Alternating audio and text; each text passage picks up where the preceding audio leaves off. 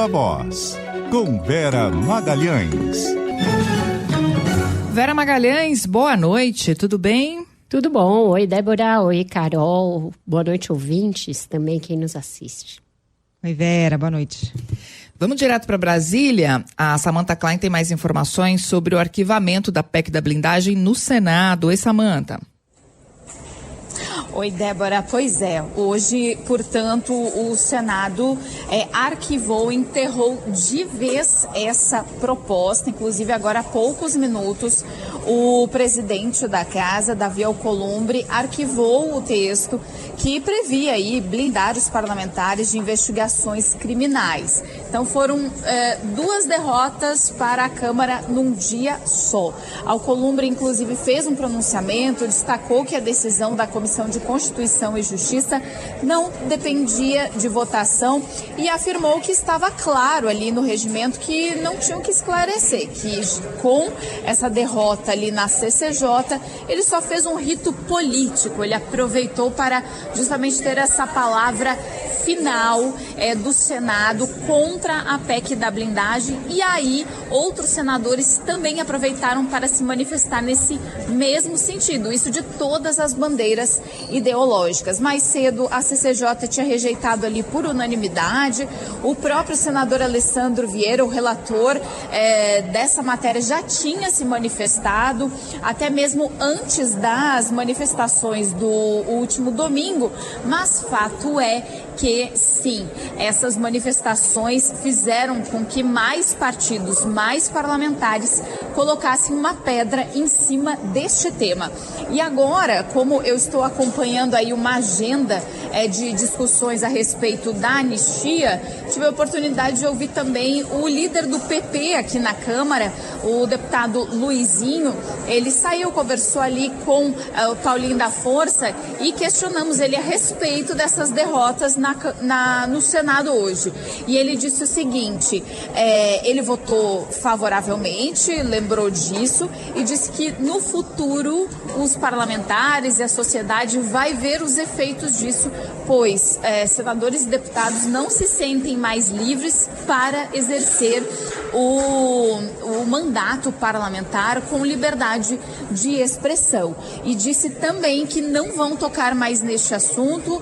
Lembramos, inclusive, do texto da proposta que Ciro Nogueira, presidente do PP, chegou a aventar, de tratar somente de uma matéria aí que discutisse a questão da liberdade de expressão, mas ele disse que o tema está, de fato, morto e enterrado. Com vocês. E o Senado deu um tombo na Câmara também com relação ao projeto da isenção do IR, né, Samantha? Também, porque é uma disputa alagoana, né? Uma disputa ali entre Arthur Lira, ex-presidente da Câmara dos Deputados, e o senador Renan Calheiros, na Comissão de Assuntos Econômicos. O próprio presidente Renan pautou um projeto que é de autoria dele para tratar de um texto que é a mesma coisa que aquele que é relatado por Arthur Lira, ou seja, prevê aí justamente uma isenção de imposto de renda para quem ganha até 5 mil reais. Portanto, tem uma disputa ali, a disputa alagoana, como a gente pode dizer, porque é o seguinte, o que é o recado que se passa? Bom, já que a Câmara e o relator Arthur Lira estão demorando a passar, vamos nós passar adiante com este tema. O texto prevê ali isenção para quem recebe até 5 mil reais por mês, aumenta a tributação das faixas de renda mais elevada, também prevê ali que zera esse imposto, ou seja, é justamente naqueles mesmos parâmetros do texto que Arthur Lira está relatando, é um texto do governo, para quem ganha até 60 mil reais por mês, ainda dá um desconto adicional para quem ganha entre 5 mil e 7.350 reais por mês, proporcionalmente. Ainda, só para a gente lembrar, hoje a isenção só vale para quem ganha até R$3.036 e prevê ali também algumas compensações. Afinal de contas, essa renúncia fiscal vai ter ali um custo de aproximadamente 25 bilhões de reais ao ano. vocês. Obrigada, Samantha Klein, pelas informações. Vixe, o bicho tá pegando, hein? Lá nas Alagoas, com os representantes das Alagoas. Vamos começar pela PEC. Da blindagem, Vera, que foi enterrada hoje, então, no Senado. Como é que fica, enfim, uma proposta que tinha rejeição total da sociedade?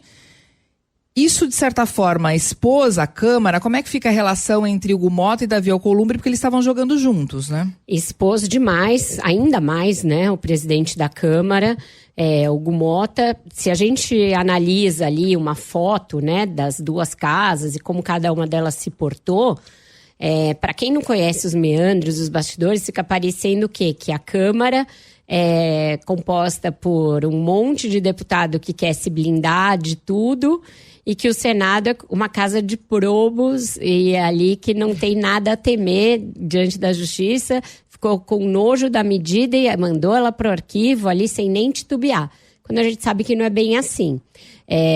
A depender ali da vontade de muitos senadores, a PEC seguiria adiante. É que a reação da sociedade foi muito grande, muito maior do que eles imaginavam, e a ousadia da Câmara também passou de qualquer limite que tornasse possível aos senadores chancelarem a proposta que saiu de lá. Aquela ideia de voto secreto, e você aprovar um voto secreto para autorizar processo em cima de deputados e senadores, depois disso ter sido rejeitado, você fazer uma nova votação. Então, nem os senadores, com muita vontade de se blindar de investigação, conseguiram encontrar um óleo de peroba o suficientemente forte que os fizesse ir para frente da Câmara e falar para a sociedade: olha, a Câmara acertou, é isso mesmo, a gente está totalmente de acordo, vamos adiante. E aí os atos do domingo acabaram de pregar muitos pregos no caixão dessa proposta, e aí eles aproveitam, né? Quando você tem uma chance de passar para a sociedade como a voz da razão, da ética e da moralidade, aí todos eles aproveitaram, todos estão gravando vídeo, que essa PEC era um absurdo, ela era inadmissível, que eles jamais concordariam com isso, etc. Para alguns é verdade, para muitos é puro jogo de cena, e a Câmara está furiosa com isso. Conversei com deputados que estão vendo traição do presidente Davi Alcolumbre para cima do Hugo Mota, estão dizendo que vai ter troco, que tudo que vier do Senado agora vai ser derrubado. Então o clima é muito pesado, porque é isso, eles também estão fazendo a leitura casada das duas coisas, a PEC da blindagem e o projeto do IR, né? Famoso engenheiro de obra pronta, né? Depois que o negócio der errado, todo mundo era contra desde o início. Agora, Vera, você acha que tem alguma chance de tentarem ressuscitar algum tipo de blindagem? O senador Sérgio Moro chegou a ensaiar uma emenda para restringir a blindagem a acusações, crimes envolvendo opinião, né? Crimes relativos à honra. Aliás, o Moro que é réu num processo por calúnia no Supremo Tribunal Federal. Isso aí é aquele negócio, né, Carol? É aquela caixa de morango que parece bonita por dentro, por cima, aí você compra, você vai ver, tá tudo mofado embaixo, você começa tentando salvar, corta ali. Eu acho que todo mundo começou tentando salvar alguma coisa, justamente por isso. Todos eles, muitos deles, têm contas a acertar com a justiça também no Senado, e alguns acham que estão sendo injustiçados, que realmente o Supremo está indo longe demais, etc. Só que a coisa ficou tão ruim, tão mal parada, que não tinha como salvar um pedaço do morango, tinha que jogar a caixa inteira fora. Então, ali no Senado, o Moro começou com esse papo, depois desistiu, falou, não tem como. E na Câmara, eles vão tentar voltar com alguma coisa, mas o estrago para eles foi tão feio, ficou tão ali com a pecha de que a Câmara é o lugar que está querendo que a bandidagem invada o Legislativo, que eu acredito que não vão ter como fazer isso neste ano.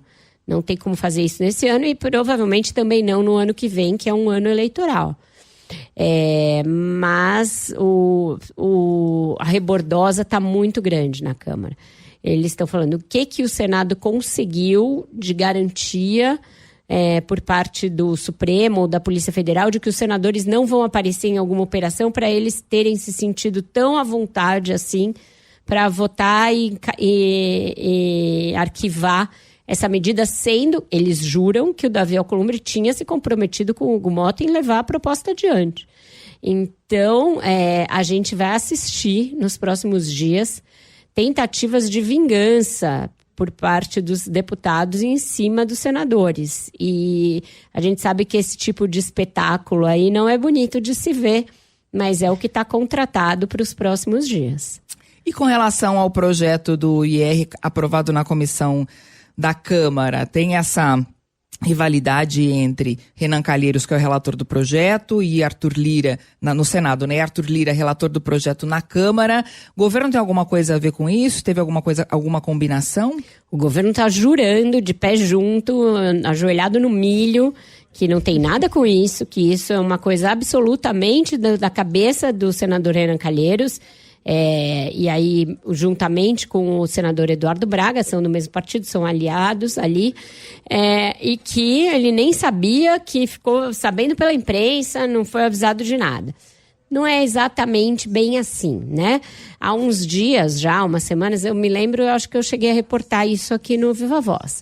O senador Renan Calheiros chegou a sugerir que o governo editasse uma medida provisória, quando era aquele momento em que a Câmara estava obstruindo tudo, só queria falar de anistia, ele sugeriu à Fazenda que editasse uma medida provisória, portanto, já ia tirando de vez o projeto da mão do Arthur Lira. O governo não topou fazer isso.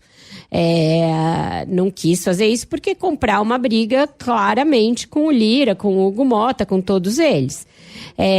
E aí, o que o governo está dizendo agora? Que é uma iniciativa absolutamente exclusiva do senador Renan Calheiros. O ministro Fernando Haddad chegou a comentar essa questão hoje, defendendo o Lira, dizendo que ele foi muito responsável e diligente na votação do imposto de renda. Ele fez essa declaração quando o ministro Renan Filho, que é filho do Renan Calheiros, disse que o Senado aprovou a proposta relatada pelo pai dele justamente porque o Lira estaria segurando a proposta na Câmara. A gente sabe que essa proposta já foi votada numa comissão e ela está esperando para ir a plenário, está pautada para a semana que vem, para o dia 1º de outubro. Então, o Haddad está tentando se desvencilhar dessa briga. A Câmara quer que o governo se posicione, dizendo que a casa iniciadora dessa matéria é a Câmara e que o Senado está apresentando um texto ilegal, porque os senadores não podem apresentar um texto em que o governo abre mão de receita, e isso é verdade. Existe essa vedação quando um texto trata de renúncia fiscal, de aumento de despesa, qualquer coisa assim, ele tem de ser de iniciativa do Executivo.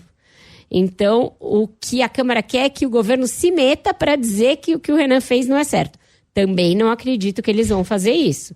Afinal de contas, o Senado está atuando para matar no peito várias coisas que interessam ao governo. Acho que o governo vai ficar se fingindo de morto, deixando eles brigarem entre eles, e a proposta do Arthur Lira seguir adiante, até porque interessa ao governo, que essa é a proposta original do governo, com todas as compensações que o próprio governo estabeleceu. Vamos para o nosso próximo assunto, gente. As falas aí do presidente Lula em Nova York continuam repercutindo, né? As falas de ontem na Assembleia Geral da ONU, aquela declaração do presidente americano Donald Trump, que teve uma química excelente com o Lula. Isis Tassiarini, o que tem de atualização por aí? Oi, Carol. Olha, agora há pouco o Lula admitiu ter pintado mesmo uma química com o presidente norte-americano Donald Trump. Afirmou que ficou bastante feliz com a abertura do diálogo entre os dois e frisou que aquilo que parecia impossível deixou de ser impossível e vai acontecer. Lula disse estar otimista, afirmou que vai tratar Trump com o respeito que ele merece e afirmou acreditar que certamente vai ser tratado da mesma forma. Lula destacou que vai ser uma conversa de dois homens de praticamente 80 anos e que, portanto, não há por que ter brincadeira nessa relação, mas não adiantou as pautas que vai levar ao presidente dos Estados Unidos, mas afirmou que vai colocar na mesa todos os problemas, que não veta nenhum assunto, mas que as duas únicas coisas que são inegociáveis são, primeiro, a soberania e, segundo, a democracia brasileira. Eu tinha acabado meu discurso, eu já estava saindo, sabia pegar minhas papeletas e ir embora quando o Trump veio pro meu lado. sabe? Com uma cara muito simpática, muito agradável, sabe? E eu acho que pintou uma química mesmo. Eu acho. Então, veja, eu acho que foi uma surpresa boa. E eu acho que a gente deve continuar. Eu nunca coloco na mesa as coisas que eu tenho divergência. Sabe? Agora, as coisas que nós entendemos que são razoáveis, nós temos que colocar na mesa. Sabe? Quando eu digo a questão da democracia brasileira e a questão da soberania inegociável, como é inegociável em qualquer país do mundo. Lula ainda disse acreditar que Donald Trump tomou as últimas decisões contra o Brasil, como tarifaço, por causa da qualidade das informações que ele teve sobre o país. O presidente brasileiro afirmou que Trump foi mal informado e que isso levou a tomar decisões que não são aceitáveis e frisou que acredita que Trump possa mudar de posição e quando tiver acesso a casos verdadeiros e concretos. Lula antecipou só uma pauta que vai levar ao presidente norte-americano, que é ainda sobre a guerra entre a Rússia e a Ucrânia. Ele frisou que sabe que Trump é amigo do presidente russo Vladimir Putin, mas que ele também é amigo de Putin. Inclusive vou conversar com o Trump sobre a questão da guerra. Eu sei que ele é amigo do eu também sou amigo do Putin. Então, se um amigo pode muita coisa, dois amigos podem muito mais. Quem sabe a nossa química pode ser levada para o Putin e para os eleitos, que quem sabe a gente construa aquela saída que parece inesperada. Lula disse que a conversa pode ser presencial, mas que não há data para ela acontecer, que agora vai voltar ao Brasil e que as equipes da presidência vão articular esse contato com o presidente Trump. Vera, Carol e Débora. Obrigada, Isa. Agora, Vera, como você muito bem ressaltou na sua coluna hoje no Globo, é importante que o governo brasileiro amarre bem essa pauta, né? Porque o Lula já está falando em falar de Ucrânia, de guerra. A prioridade é derrubar a tarifa, gente. Ok, pode até falar de guerra, mas não é o foco, né? Gente, ele já está se achando, né? Ele está se achando muito. Veja que até agora não se revogou uma tarifa. Os sancionados continuam sem seus vistos, continuam sem acessar o seu dinheiro, não mudou nada de ontem para hoje. Mas o Lula já ficou tão ali se sentindo com essa química e com o... Ele vê a negociação, ele já fica animado, né? Rolou ali o Macron fez um monte de mesura para ele, se encontrou com o Zelensky. Então ele já tá na skin eu sou o cara. E aí já tá falando que vai acabar com a guerra e fazer um monte de coisa. Calma, gente. Famoso calma, gente. A autoestima de um chefe de Estado, né? Quando circulando naqueles corredores da ONU. Deve ser uma coisa maravilhosa. Basta um com a autoestima exacerbada, né? Ali agora... Aí não é autoestima, né? O Trump já é outra categoria. É outro barato, né?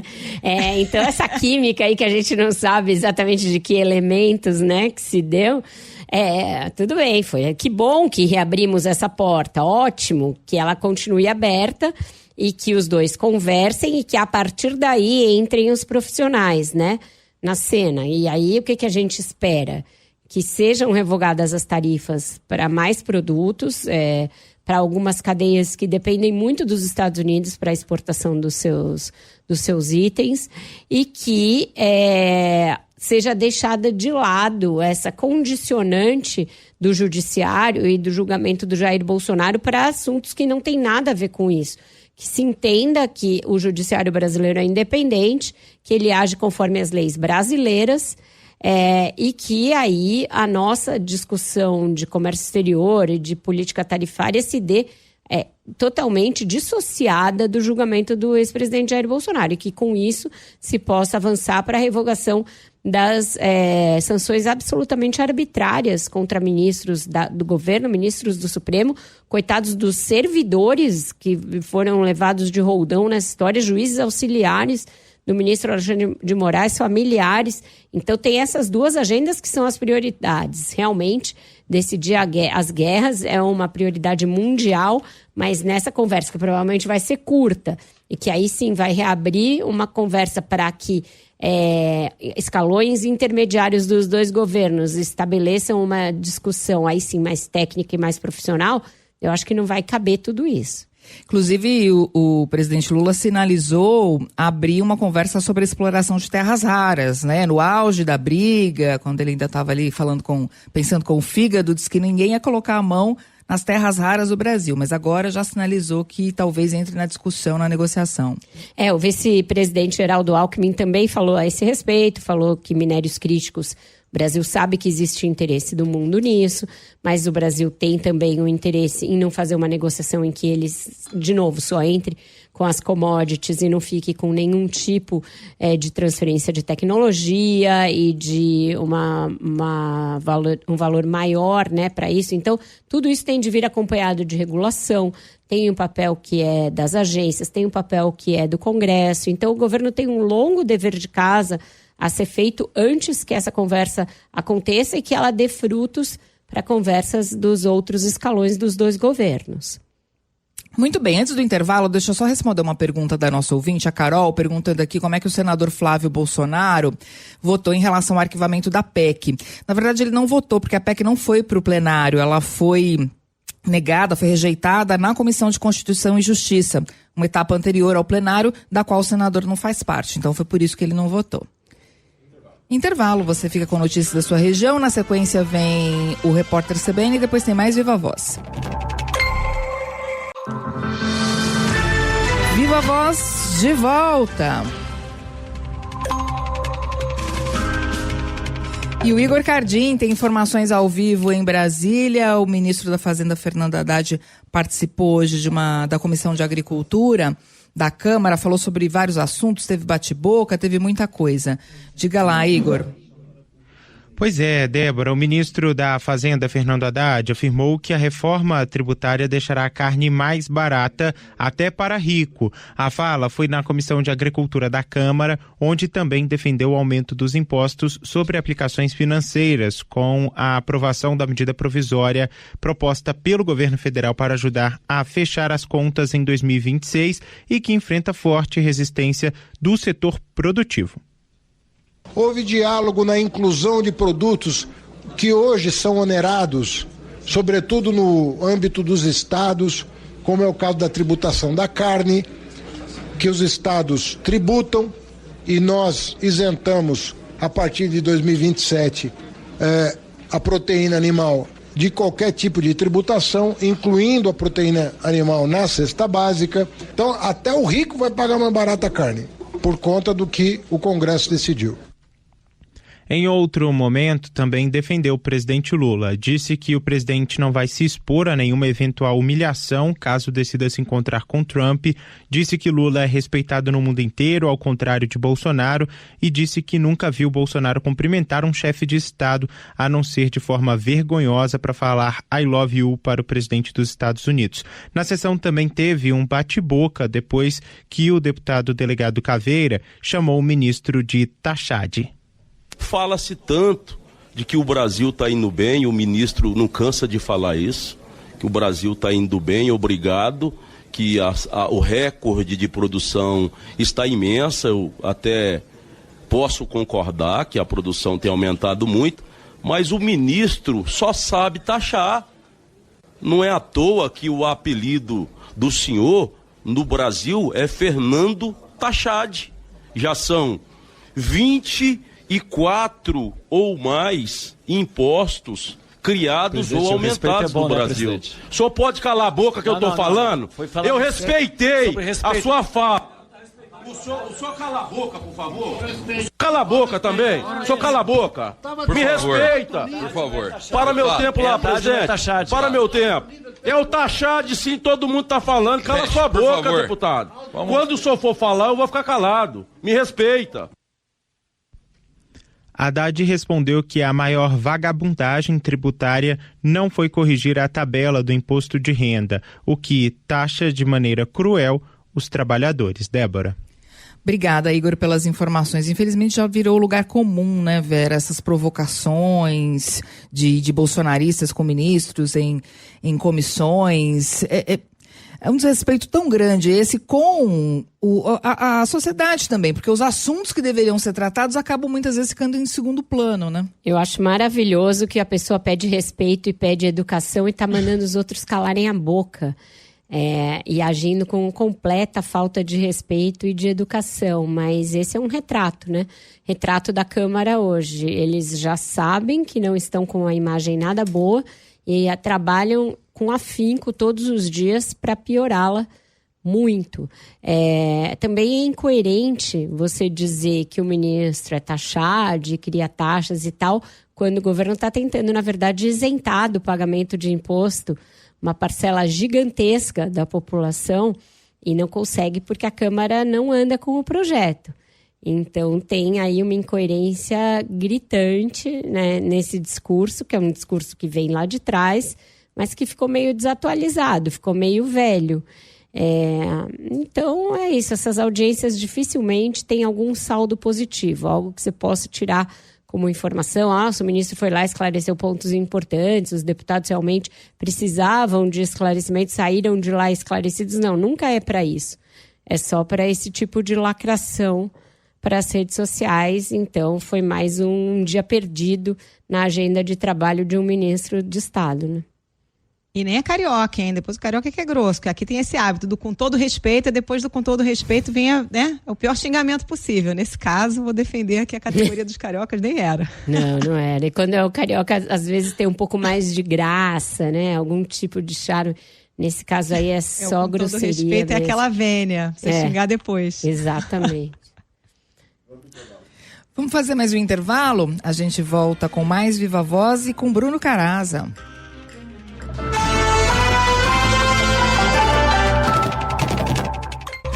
Viva Voz de volta, agora às 6h44, já está na linha com a gente o Bruno Caraza, nosso colunista das quartas-feiras, também em vídeo para quem nos acompanha pelo Globoplay, pelas outras plataformas de vídeo, pelo nosso site. Boa noite, Bruno.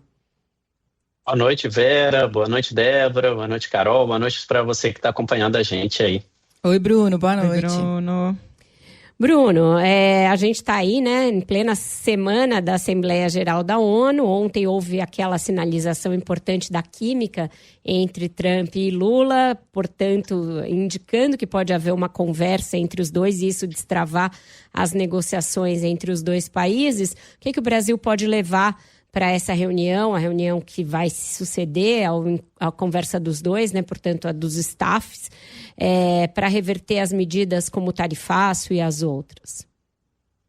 Pois é, Vera, importantes anúncios nessa semana lá na ONU, né, em Nova York, e para o Brasil, sem dúvida nenhuma, essa sinalização do Trump bem Trump funciona muito naquela lógica da barganha, né?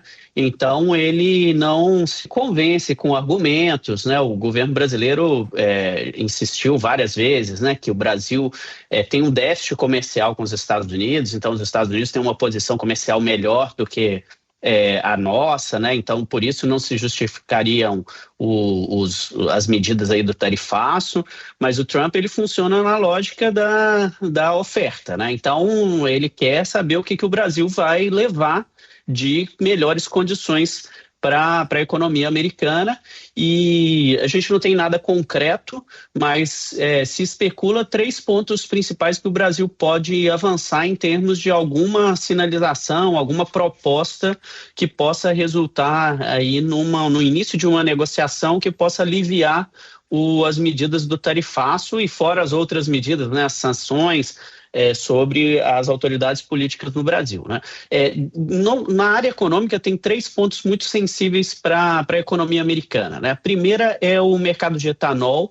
Os Estados Unidos, eles argumentam que o Brasil tinha um acordo que era mutuamente benéfico. Brasil e Estados Unidos são os 2 maiores produtores de etanol do mundo. O etanol é um combustível, um biocombustível muito importante para a transição energética, para a descarbonização da economia, e os Estados Unidos alegam que o Brasil passou a privilegiar o etanol brasileiro, que é o etanol de cana, em detrimento do etanol americano, que é majoritariamente o etanol de milho.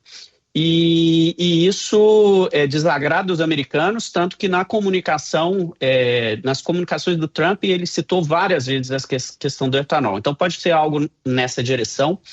Outro ponto bastante sensível para a economia americana é a questão dos minerais críticos. E aí essa é uma fronteira de disputa entre Estados Unidos e China. A China conseguiu ter aí uma liderança, uma ampla liderança na oferta de vários minerais, como o lítio, como as terras raras, que são esses minerais que são muito usados tanto nos chips, quanto nas baterias elétricas, quanto em telas de LED, material bélico. Então a China conseguiu dominar as reservas e a maior parte do processamento desses minerais no mundo. Os Estados Unidos são extremamente, então, dependentes da China nesse quesito, e os Estados Unidos estão buscando fontes de tentar fugir dessa dominância chinesa. E o Brasil, ele tem muitas reservas de muitos desses minerais aqui no Brasil, só que é extremamente caro você extrair esses minerais e mais ainda processar. Então, tem um interesse grande das empresas americanas nessa área, pode ser uma sinalização do governo brasileiro. E a terceira grande questão das Big Techs, regulação das Big Techs, que o Brasil quer apertar a fiscalização, a questão, né, da responsabilização das Big Techs pelo conteúdo, pela moderação do conteúdo, é algo que o Trump é totalmente contrário, as Big Techs também não são favoráveis a isso. Sim. E essa pode ser uma agenda também nessa negociação.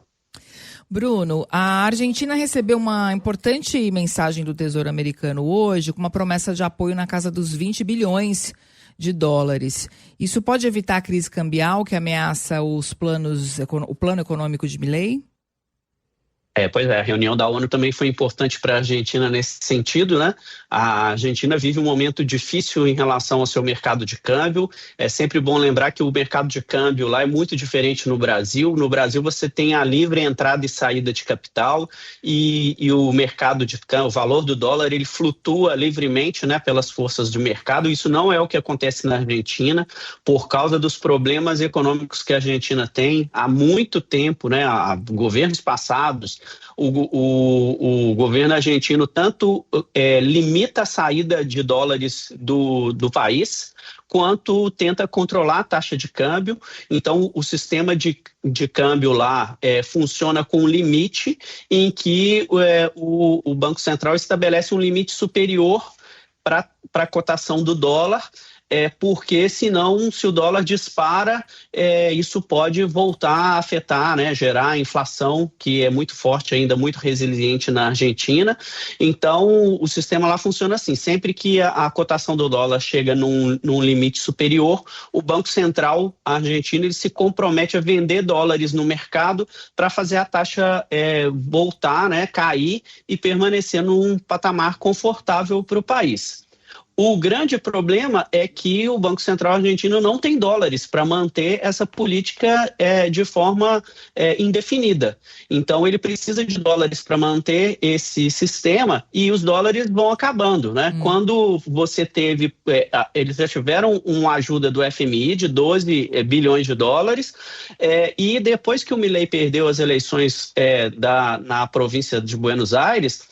tem uma dúvida muito grande de que ele não vai conseguir manter o programa de governo dele e que ele pode eventualmente até perder as eleições legislativas agora de final de outubro. Então o mercado está com medo, as pessoas estão comprando dólares diante dessa circunstância e o Banco Central argentino vem perdendo reservas, né? O volume de dólares dele vai caindo. E aí essa sinalização foi muito importante do Tesouro Americano de anunciar esse pacote dessa ajuda de até 20 bilhões de dólares, é metade do volume de reservas que a Argentina tem, então é muito significativo e pode dar aí um respiro para o Milei continuar com a situação até pelo menos as eleições legislativas de 26 de outubro. Então é uma sinalização importante do governo americano para o Javier Milei e para a Argentina. O Bruno, e para completar esse noticiário econômico aí relacionado à Assembleia da ONU, teve também a China mudando um posicionamento histórico que pode ressuscitar a Organização Mundial do Comércio, o que seria muito importante nesses tempos aí de tarifaços e dessa política errática dos Estados Unidos, né? Sem dúvida, Carol. A OMC é o grande fórum de discussões sobre comércio. Então, essa questão das tarifas, né, dessa arbitrariedade do Trump, certamente seria levado para a OMC e deveria ser tratado lá e corrigidos os excessos dessa política do Trump. Só que a OMC está inativa já há bastante tempo. A gente até já conversou sobre isso aqui antes. Os Estados Unidos têm se recusado a aceitar os novos juízes que são indicados para a OMC, e um dos pontos dos Estados Unidos é justamente essa postura da China. A China entrou na OMC em 2001, boa parte da classe política americana não concordou com isso, acha que a China não respeita aí essa ideia de livre comércio, e a China ela se beneficia de uma cláusula das regras da OMC, que o Brasil também se beneficia, que é uma regra de país em desenvolvimento, que tem uma série de benefícios, de regras de transição, de tratamentos especiais. Os Estados Unidos são contra esse tratamento dado para a China, afinal de contas a China já é o maior exportador do mundo. Então, os Estados Unidos são contra que ela tenha esse regime especial, e isso gerava um ponto aí de discórdia entre Estados Unidos e China e que gerou esse impasse que paralisou as atuações da OMC. Essa mudança de postura da China, abrindo mão desse caráter de país em desenvolvimento, pode então destravar aí as tensões com os Estados Unidos e foi comemorada hoje como um passo importante para você reativar a OMC e restaurar aí esse importante órgão multilateral nas questões de comércio. Esse é o Bruno Caraza com a gente todas as quartas-feiras, elucidando as questões econômicas. Obrigada por hoje, Bruno. Até quarta que vem. Até quarta, pessoal. Um abraço. Tchau, Bruno. Tchau, Bruno. Gente, tem tempo para mais um último tema. Samantha Klein está de volta para falar sobre o projeto da anistia, que depois virou o projeto da dosimetria. Como é que está o clima aí de discussão em relação a esse projeto, hein, Samantha? Olha, Carol, bem dividido, viu? Inclusive, o que vai ser a chancela vem justamente do Centrão. O que está acontecendo? PL e PT se mostram absolutamente contrários a qualquer projeto que trate de anistia ou mesmo de redução de penas. No caso, os bolsonaristas, né, batem o pé que somente um projeto com ampla anistia seria aceito, enquanto o Partido dos Trabalhadores já fechou uma questão contra essa proposta do relator Paulinho da Força. Inclusive, na saída da reunião com o PT, houve ali uma certa torta de climão, porque Paulinho da Força disse o seguinte: olha, se não votar o projeto da anistia na próxima terça-feira, corre-se o risco de não votar o imposto de renda. Depois até perguntamos novamente para ele disse que não pauta essa questão, não pauta os temas, quem faz isso é o Hugo Mota, porém deixou ali uma pulga atrás da orelha. E os petistas ficaram muito descontentes com esse tom, inclusive falaram em ameaça e que não vão aceitar qualquer tipo de chantagem. Por outro lado, o Centrão está com bastante medo de levar uma nova derrota, como ocorreu hoje com a PEC da blindagem. O climão é tanto que o doutor Luizinho, que é o líder do PP, disse o seguinte: olha, a nossa bancada está preocupada se realmente vai ter votos para aprovar lá do outro lado, no plenário aí do Senado, porque ele justamente deixou claro e cristalino que o objetivo é não obter uma nova derrota, como ocorreu com a PEC da blindagem. Nós separamos um trechinho da fala dele. Muito da nossa bancada hoje questionou se a gente teria, se o deputado Paulo terá uma construção também com o Senado, um comprometimento com o Senado sobre esse texto, sobre pautar o texto ou não, né, sobre enfrentar o Senado, enfrentar o tema hoje ou não, porque hoje a gente viveu um momento bastante triste na convivência do Congresso Nacional, até uma PEC aprovada numa casa e rejeitada na CCJ na semana seguinte, tendo em vista que tinham aqui conversas de que aquele texto poderia ser aprovado no Senado. com essa manifestação. Paulinho da Força, relator do projeto da anistia, diz que vai conversar com o presidente Hugo Mota para tentar alinhar esta ponte com Davi Alcolumbre por uma aprovação. Portanto, fica este impasse com relação ao projeto. Mesmo assim, Paulinho disse, como um balanço dessas reuniões que teve com o Podemos, com o PSDB, com União Brasil, com o PP, além do Partido dos Trabalhadores e outros, até o próprio partido dele, que foi um bom balanço, que ele finalizou e que na semana que vem vai entregar esse texto. Com vocês. Obrigada, Samantha. Tá faltando o presidente Hugo Mota dizer qual vai ser a pauta, né, Vera? Os deputados ligados a ele estão negando que ele vá aceitar esse tipo de obstrução. Uma obstrução ligando o projeto do IR a esse da dosimetria. Estão dizendo que está assegurada, portanto, a votação na semana que vem. Acho que até porque eles levaram um susto também com essa ideia do Senado criar um projeto que é praticamente idêntico ao que tramita na Câmara. Tem algumas diferenças quanto à maneira de compensar a renúncia fiscal que vai advir de você ampliar a isenção até R$5 mil e depois estender o desconto do IR para quem ganha até R$7.000 e pouco, R$7.300. Então, eu acho que eles agora entenderam que a imagem deles está muito ruim e que vão ter que votar esse projeto finalmente, mesmo porque o compromisso era votar em setembro e vai se votar no primeiro dia de outubro. Então, tudo bem, está dentro ali da margem de erro do prazo, mas a verdade é que não se votou dentro do mês de setembro na Câmara. Então, vai correr com isso. E eu acho que essa coisa da anistia, dosimetria, ficou muito mal parada depois que vieram novas sanções contra ministros, depois que o deputado Eduardo Bolsonaro continuou lá conspirando, depois que ele também foi denunciado, depois das ruas.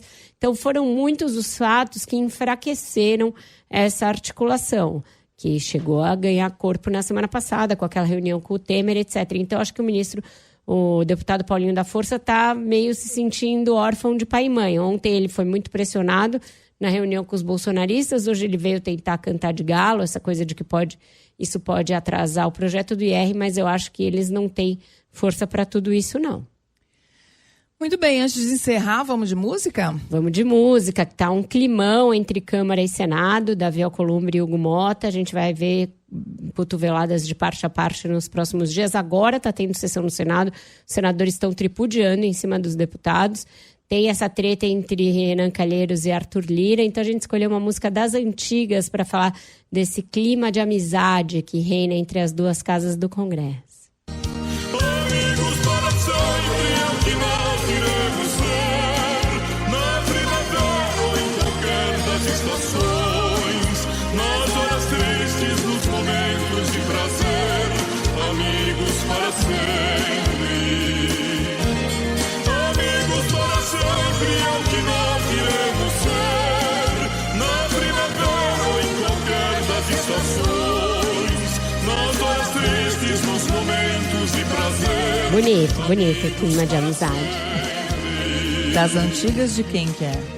Putz, eu não sei direito, é uma dupla, eu pesquisei aqui, né? Como é que chama? Porque tem uma versão, essa é uma versão de uma música original em inglês, tem versão em espanhol também, eu não sei. Jaime Miguel, é uma coisa bem antiga. Essa é em português, né? Essa versão é Jaime Miguel. Mas eu não lembro quem era o original do negócio. Também não, eu sei que é bonito, acho que a gente vai embora. Letra de Andrew Lloyd Webber, o rei de todos os musicais, né, nos Estados Unidos, versão original interpretada por Sarah Brightman e José Carreras. Verdade. Mais chique. Mas a gente vai na nossa versão. Jogos Olímpicos de 1992, Barcelona. Achei que era mais antigo que isso. Tem cara daqueles programas de auditório dos anos 70 ali. Tchau, gente. Ao som de Amigos para Sempre a gente se despede. Beijo, Vera. Até amanhã, gente. Beijo.